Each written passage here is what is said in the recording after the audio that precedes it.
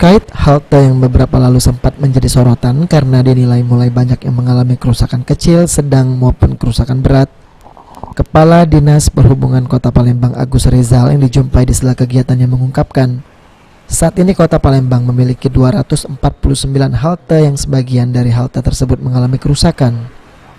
Maka dari itu di tahun 2020 ini pihak pemerintah Kota Palembang berencana memperbaiki sekitar 6 halte dengan rincian 3 halte transit dan 3 halte biasa.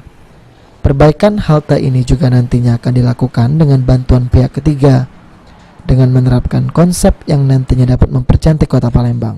Jumlah halte kita yang rusak berapa banyak sih Kak yang butuh perbaikan? Kita kan 249 halte. 249 halte. Terus yang rusaknya ya karena puluhan persen lah ya. Cuman kan ini kan secara bertahap nanti kan. Bakal bangun 6 kan mereka. Jadi ada ya 3 yang transit, 3 yang memang halte biasa ya. Makanya kita awali kan minta itu kerjasama dulu kan. Mau jalan awali nanti ke PD yang lain. Karena bukan hanya halte ya.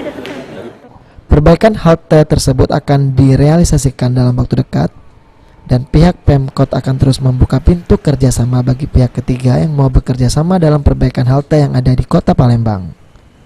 Heru Wahyudi, PAL TV.